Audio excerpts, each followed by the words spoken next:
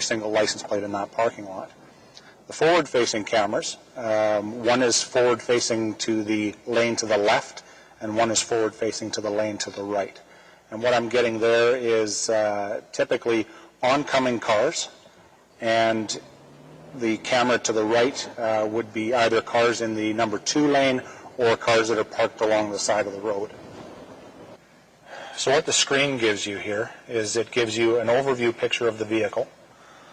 The software then isolates the license plate and it gives you the plate patch. And what you see here in the yellow box above the plate patch is what the software actually read the plate to be. So one of the other applications for this system is to frequently check parking lots for vehicles that are of interest to the police. Just want to show you one thing. But auto theft and traffic enforcement only scratch the surface of what ALPR is capable of doing.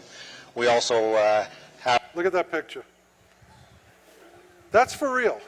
This if you are observant enough, drive down the interstates, you will see every overpass, every bridge abutment, every possible place to mount a camera. Cameras are now being mounted. If there is a BOLO, if there's a be on the lookout notice for Bob driving Subaru license plate ABC 123, it will be programmed into the license plate recognition alert. The minute you drive down the street, a cop will know where you are, be vectored right into you. That's a good thing. Now, a bad thing, Bob is an annoying hacker. We want to know who he's meeting with and where he's going, but he's really sensitive to surveillance. And he checks his car for bumper beepers, and he doesn't have an iPhone, and he takes the battery out of his phone. And he pays cash for everything. They can still track you. A couple of things, and I'm going to now start going through this at the speed of light because we want to allow time for the Q&A.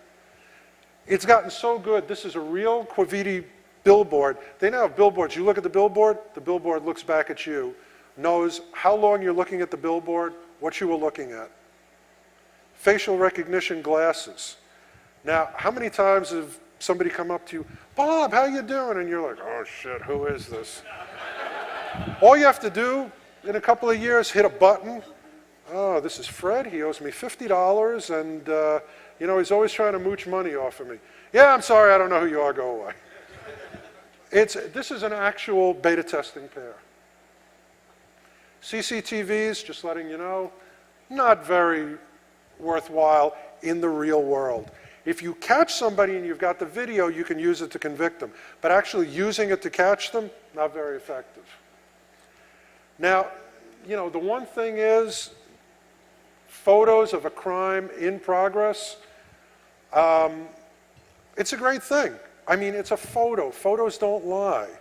You know, it's not like a photo can be made to show you doing something you didn't do, or events that didn't happen. I love that one. Oh, final word on surveillance cameras. Okay. One more time from Baltimore. There you go. Okay. Very quickly, interpretation of activity and behavior. I've been talking for 2 hours now, how people watch you and how people track you and how they gather this. One of the most important things is they've got all this data. What the hell do they do with it? Well, they run it through artificial intelligence programs, and they run it through other programs that interpret it for them. Instead of an analyst sitting there with printouts or in front of a computer screen, the computer decides if you're a good guy or a bad guy. And a lot of times, it's legit. I mean, you check flights to Iran right before a bombing and split. You buy a book on fighting cancer. Either you or somebody you know has cancer. You rent a gay porno movie. You're probably gay. You put an address into MapQuest. You're interested in that address. You fill a prescription for Xanax. You fill a prescription for Viagra. Duh. Here's my favorite one. You're on a plane 4 times this year, sitting next to the same woman who's not your wife. I mean, unlikely it's a coincidence. And it means something. And this is the state of things today.